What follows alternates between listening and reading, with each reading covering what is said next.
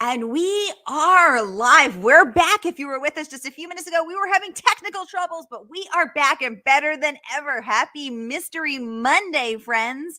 I'm your on-air host, Sara DiVello, and I'm so excited to host tonight Dr. Joanna Margaret, Ph.D., here to give us the inside scoop on the Bequest. Joanna, welcome to Mystery and Thriller Mavens. Tell us about this book. Thank you so much for having me, Sarah. I'm glad we resolved our issues. Yay! So the book is about a young American woman who goes to Scotland for a PhD in history, in 16th century European history. And the first thing that happens to her is she discovers that her advisor has died under mysterious circumstances.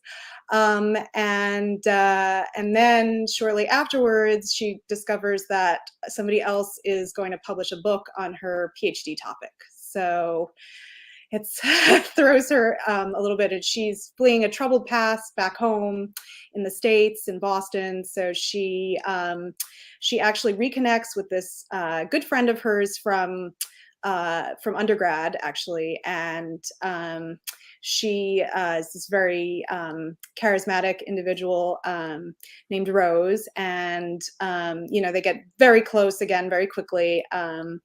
And then Rose sort of hints that she's in a bit of trouble.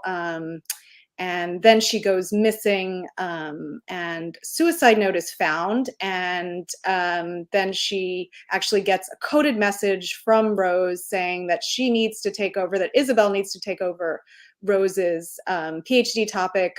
Otherwise, both women's lives are in danger. So she takes on this new topic, and it's on this Genovese family named the Falcone, and she goes to Genoa and starts working and starts following this paper trail to figure out a mystery from the past that will help solve this problem in the present. Ooh, well, that sounds fabulous. And I just want to let everybody know we are still having technical troubles. I'm so sorry, but it is an error on Facebook's end. So we are live on YouTube, and those streams are working on both Murder by the Book and my Sara DiVello channels. But Facebook is down, and it is not an us issue. It's a Facebook issue. So if you're watching with us on YouTube, hi, and we're so thrilled to be with you. And I'm just going to post notices on Facebook, letting people know to join us over there. So while I'm doing that, Joanna, I'm broadcasting live from Boston. So the Isabel's where she has escaped her drama there, to go over abroad and do her PhD. So you have a PhD. Isabel's getting her PhD. Is fact and fiction intertwining here? Give us the scoop on where you were when you thought of this, and how much on the page is based on real life. Okay, I mean, I do have a PhD in 16th century history. It is from a Scottish university. And, I think the places that I write about are all based on, places that I've been and spent a lot of time working and researching. And I have, conducted research in private family archives in Italy and France. So, I mean, those things are true. So definitely, one of my NYU professors would have called insider knowledge, using your background to sort of, inform your fiction. But yeah, I mean, can I say if there were, some murder mysteries going on behind the scenes?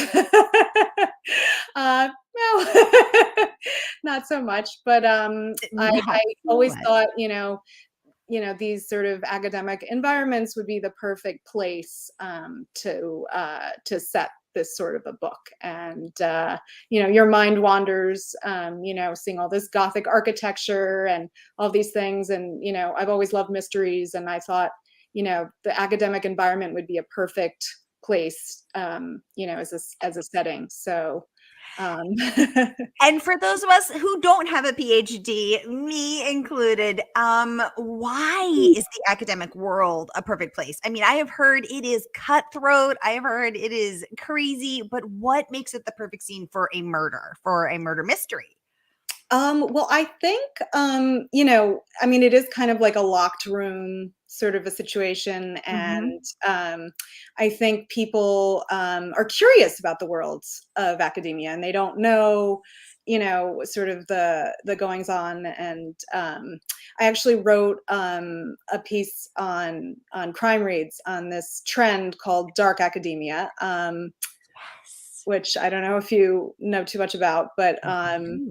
so it sort of started as a social media aesthetic, and I have a whole thing on crime reads. So if you want to read that, so it's sort of gothic architecture and sort of autumn leaves and this sort of dark color palette, and that's kind of like and it's like this big thing on TikTok, and there's something like 3 billion views on TikTok. So in these Wow. old university settings, so a lot of photos and reels from Oxford, Cambridge. So that's kind of like the aesthetic part of it. But then, there's this like subculture that's sort of developed and people wearing kind of, academic sort of 1930s Oxford fashion. And then Wow. with the backdrops of these amazing old universities and places. And then there's the sort of literary side of it, which is fiction and books that are set in these environments. And it's sort of, this aesthetic is like the backdrop to, toxic relationships between people in the academic world and kind of, a lot of dark ulterior motives, murders, and bad things going on behind the scenes in these beautiful spaces. So that's a little bit of Ooh. an intro to it.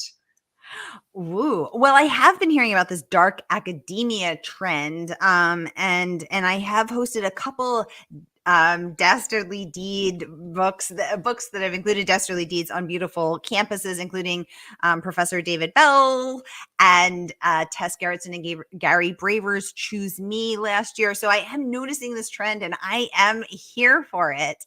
Joanna, let's get into some of the amazing praise that your book has earned.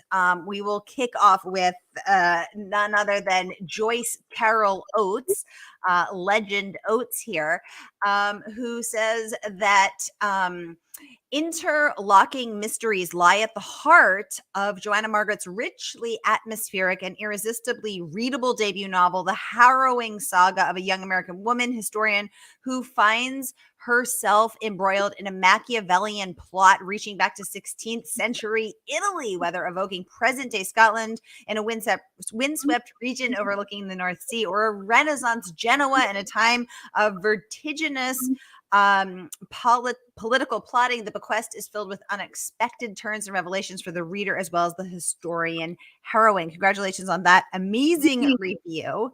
Thank Um, let's talk about that. So I'm going to pop it up here just for a minute so everyone can read it. So what do you think, as a historian and as an academic, what do you think makes something irresistibly readable? That's a great question. Mm. So I guess, as I was writing it, like I wanted to keep myself interested. So, and I talked with Joyce Carol Oates was my thesis advisor actually at NYU, which was really extraordinary. So I got the opportunity to work with her while I was doing my MFA. Which taught me a lot, a lot. And I mean, that was really, and so this novel came from actually my original thesis. And I mean, I rewrote it a bunch of times, but I remember having the conversation with Joyce Carol Oates, and we talked about mysteries, and we talked about this sort of larger idea. And she said, it's nice to keep people, she said, I had the book was a little bit shorter to begin with, and she said people are going to be so interested in solving multiple layers of mysteries that they're going to want more. So so I think that, I personally, as I was writing, like I was like, I want people to read this and, be interested in this mystery, that mystery, and sort of tie them together. And I mean, that was the goal. Like it's the, what next kind of thing. Mm. Now, when you say this is drawn from your thesis, but was your thesis about a professor who dies under mysterious circumstances, or what part was the thesis, and how did it grow into this murder mystery, or was your Oh, thesis a murder mystery? okay. So I did a PhD before NYU. And NYU, I did my MFA. So it was a creative thesis. Ooh. So the creative thesis was the part that became the novel. And it was a version of this novel. It was just, before it was developed, and so it was an early version of the novel. So, you know, Oh, okay, yeah. okay. I was like, "Wait, do you're" I was like, "Your PhD Yeah. in Yeah. ancient European art," and now I was Okay, so no, no, confused. sorry. Okay, great. Oh, that's so cool. Okay, so this book is literally drawn from your thesis. It is, Oh, yes. very cool. Very cool. Well, Joyce Carol Oates isn't the only one raving. Tasha Alexander calls the book intricately plotted, exquisitely written, and brimming with atmosphere. The Bequest is a brilliant debut, as smart as it is compelling. Let's talk about that. So, are you a are you a plotter? Did you intricately plot this? I did. I am a Okay. plotter. I had like multiple outlines, and I mean, I think with a book like this, because of like the dual timelines and all the different places, and I just would have gotten a bit lost if I hadn't done these very detailed outlines of all the drafts. So yes, it took a while to sort of make things line up the way that they did. And how long did it take you to line those things up? How long did this book take you, soup to nuts? Was it the whole time you were doing your MFA? Is that 2 years or 3 years? How I mean, or did it take you beyond that? From the moment of inception to the moment you're holding your book baby in your hand, how long did that take? It took, let's see, it took 7 years, from the idea. I was actually considering doing, a postdoc, and I was actually, in the archives, in the Archivio di Stato in Florence, and I actually found I found a series of coded letters, and I was really interested in Oh, these coded letters. And then I found a key that was written in 16th century French, actually, and it had sort of, these. It was a key to the code. So I just became super interested in coded letters and what kinds of information people would want to keep secret back then. So that was kind of like, I was very, very interested in this. So I did some research on coded letters and people's different codes, different types of codes, and so that was like the original sort of idea that I had, and that was like, and I was like, well, I want to write a novel, and this is somehow going to be part of the plot, and so that was the original idea behind it. And then and I went into the MFA program with, I had a little bit of an outline and some chapters, and some letters written in a 16th century style. And then sort of I was writing this sort of dual timeline thing. And yeah, so I guess that was like 2014 when I found. So I guess, yeah, I guess 8 years. So, wow. and I started the MFA afterwards. So yeah, 8 years. Now, what kind of information did people want to keep secret that you found in these coded letters? Were they love letters? Were they political? Was it about war? Was it about affairs of the heart? What did you find? I mean, a lot of political intrigue. So, for the purpose of the book, I added on a lot to that. But yeah, the stuff that I was researching was a lot of like political intrigue and, but even like people spying on like, even like, a wife spying on her husband and wanting like, detailed reports when she was, away from him. Like that was something that I discovered. So, Wow. really That's just crazy. crazy. So in the Mhm. 1600s, people still wanted to hire a private eye to keep an eye on their spouse. It was something like that, yeah. So, Oh my god, I love it. Some yeah, things truly never change. with a lot of political, like, things going on who is he loyal to, in terms of, in the larger geopolitical context. But yeah, but wanting reports on his health and, things like that. So, Wow. That is absolutely, absolutely fascinating. Do you speak French? Were you translating these yourself? I do speak French, and a lot of the stuff I was reading was in Middle French, so it's kind of, the language has evolved. Italian hasn't evolved quite as much, but French has evolved quite a bit. So these were all difficult letters to read. Plus, the handwriting was really hard, and Right. that was, those are like some of the little details I tried to make come across in the book too.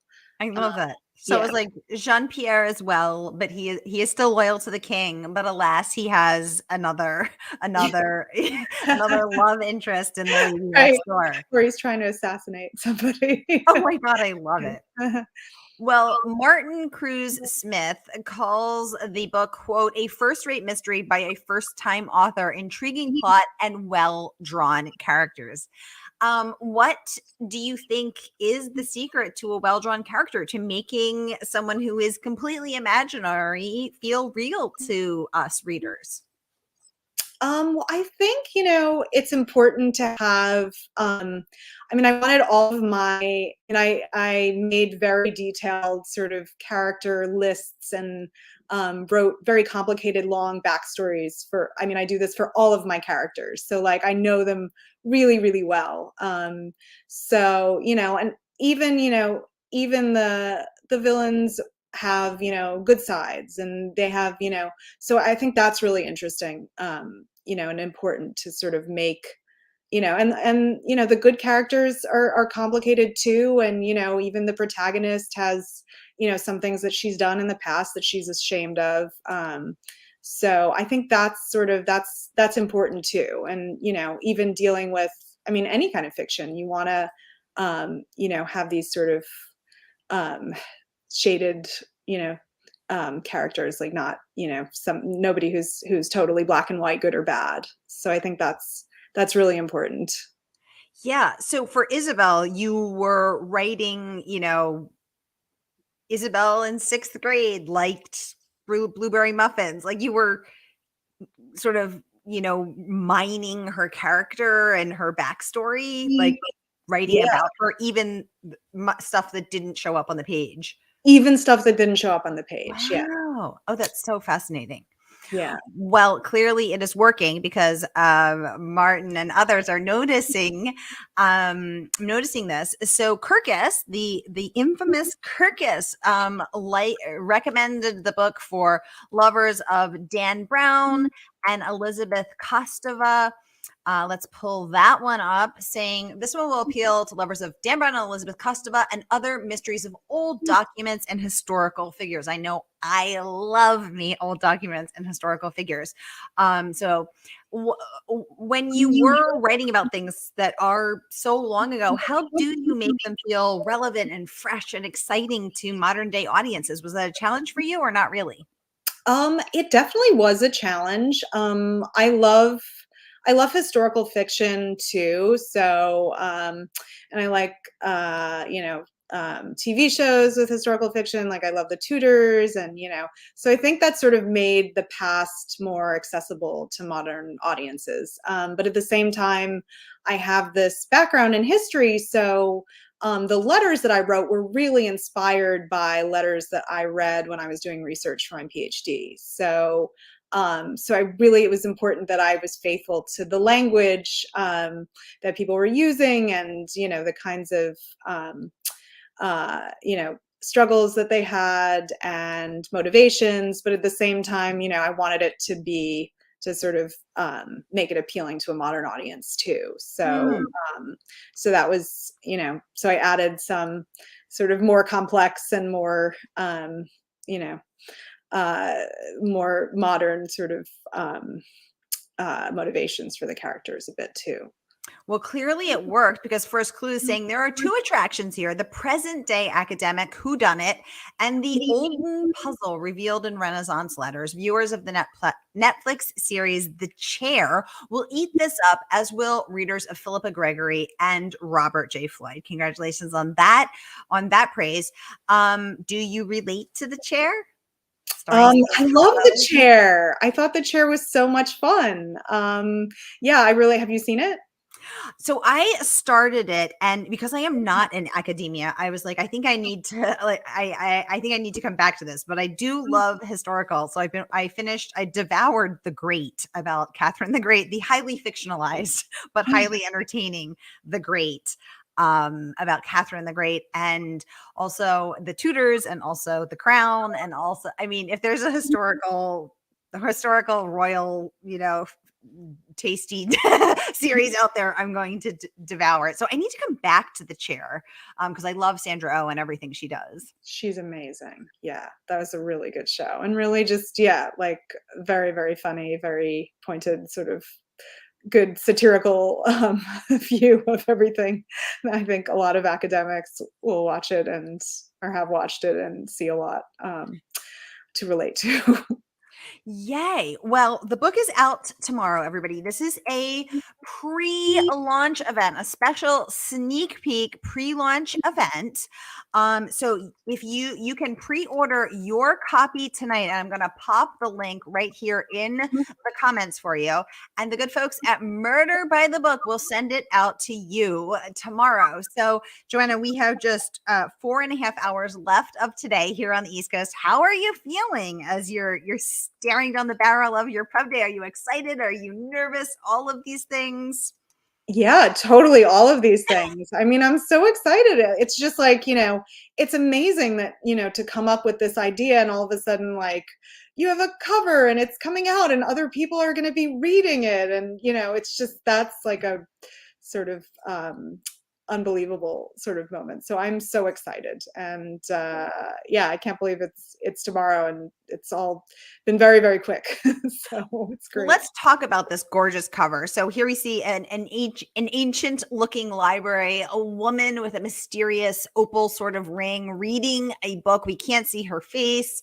I know I love libraries and I love history, so this was a cover that I loved. Did you love it? People always want to know, did you get to pick it? Were you involved in the creation? Give us the story of the cover.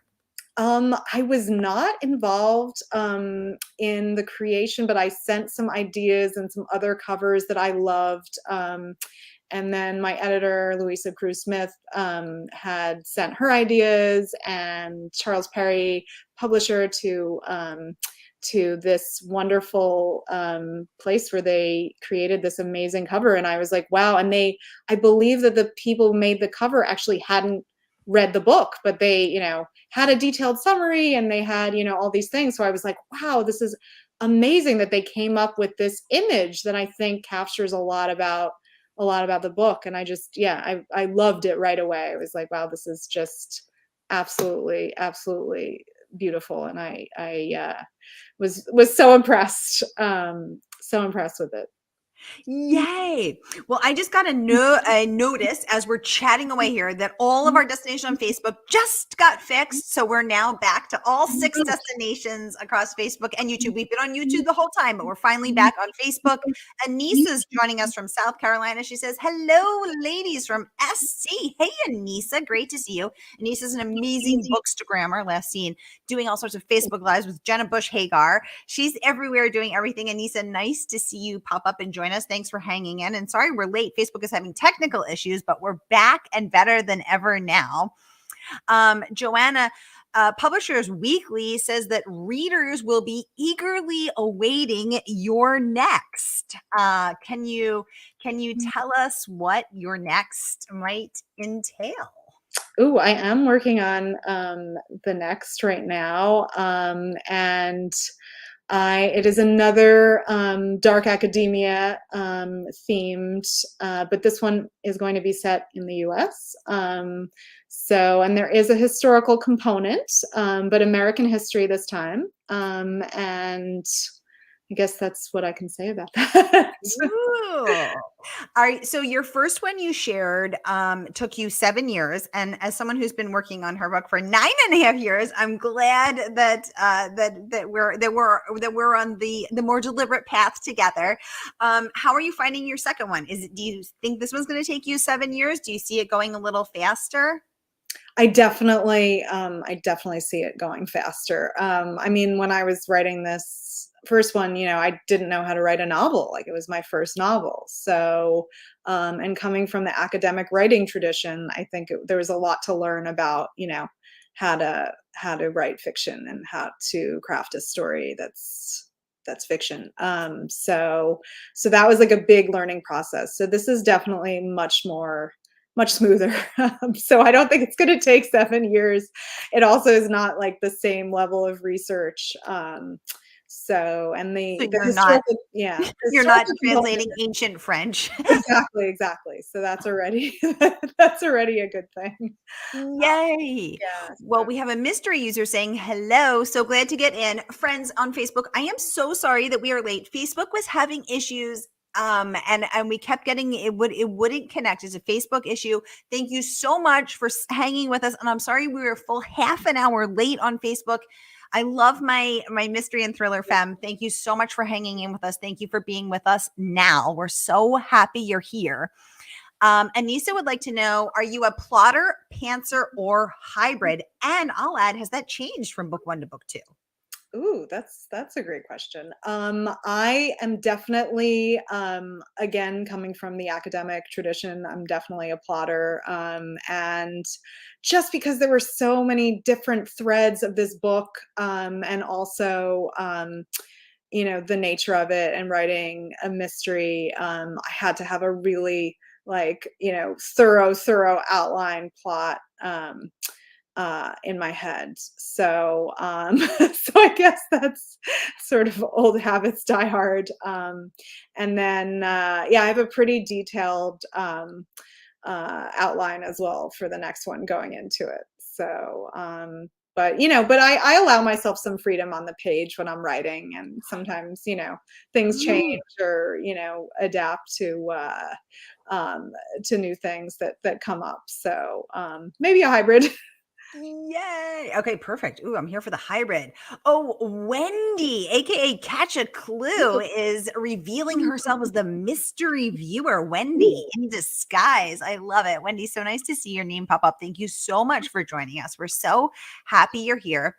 Oh, Anissa has a fabulous follow-up question. She'd like to know, do your characters talk to you, and do they lead you down different paths than you intended? Ooh, tasty. Ooh, that is tasty. They do. Like, I feel like, again, with this, Ooh. like, getting to know my characters so well, I actually like I have dreams about my characters. And this happened like when I was doing my PhD too. Like, I just, they sort of go into, your subconscious in a way.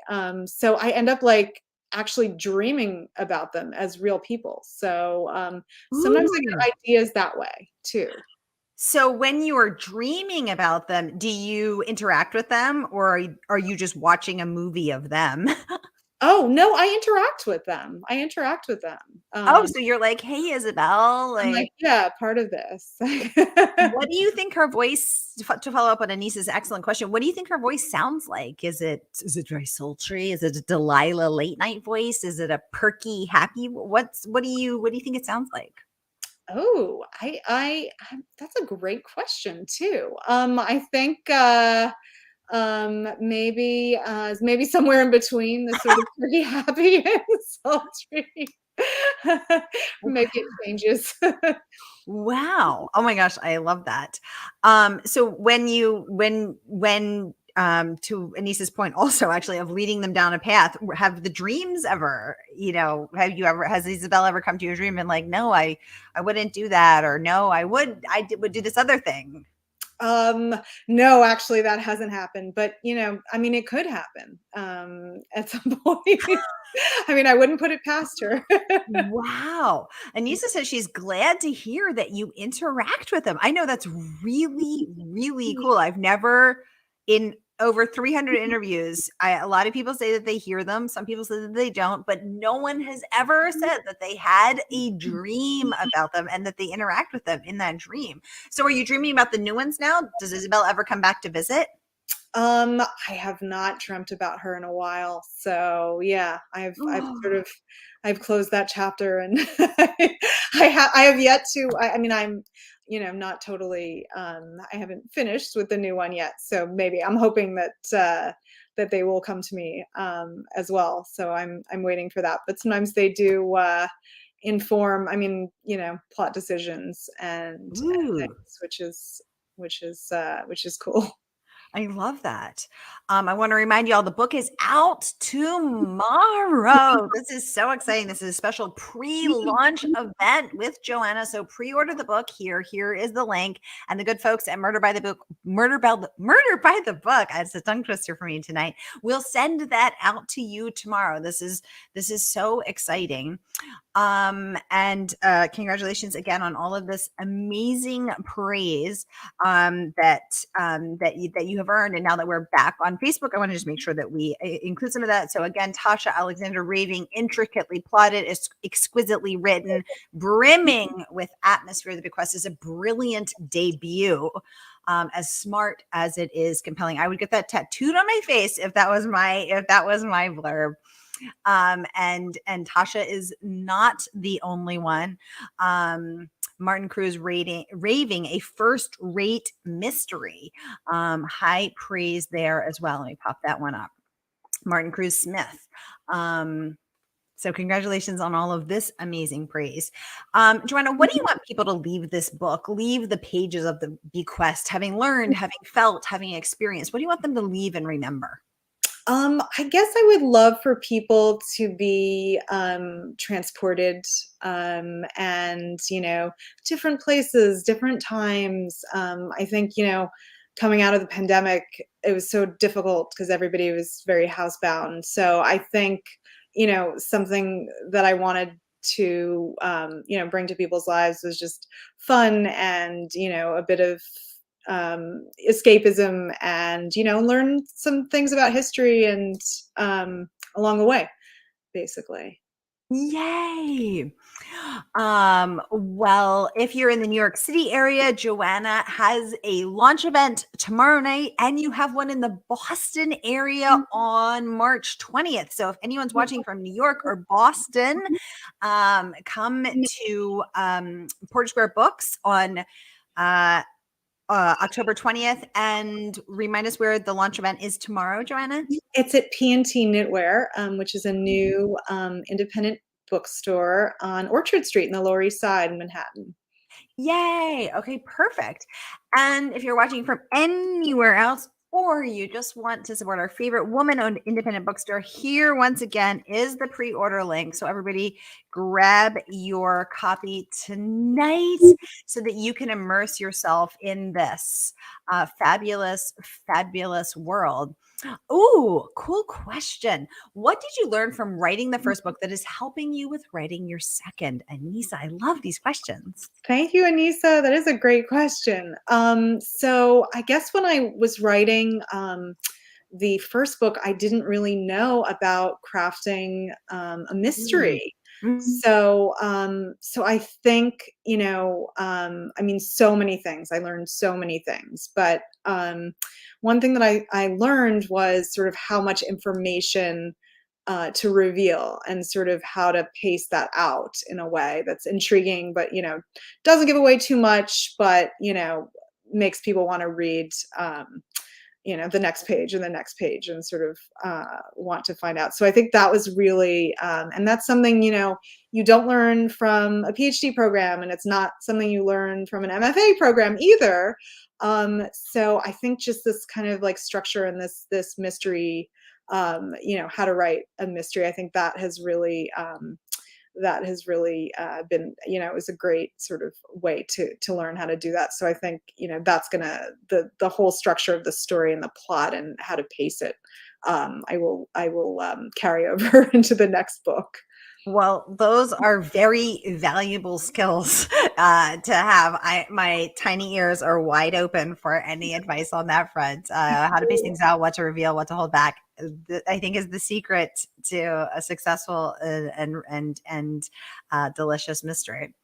Well, Joanna, Dr. Margaret, thank you so much for joining us and for giving us the inside scoop on the Bequest, out tomorrow, everybody. So grab your copy. Here's the link. No matter where you're watching from, click, click, click, pre-order, pre-order, pre-order, and immerse yourself in this atmospheric world of the Bequest. Let us know what you think over in Mystery and Thriller Mavens. Joanna, thank you so much for joining us. Thank you all for watching. I'm so sorry we had technical issues. Thanks for hanging with us. Anissa saying, thank you, ladies. Happy early pub day. Thanks, Anissa. Yay. Yay. And y'all, I'll be back at the top of the hour with Adam Sykes and his brand new book, Landslide, an espionage thriller. Stay with us. Thank you so much, Sarah. Thanks, Joanna. Thank you.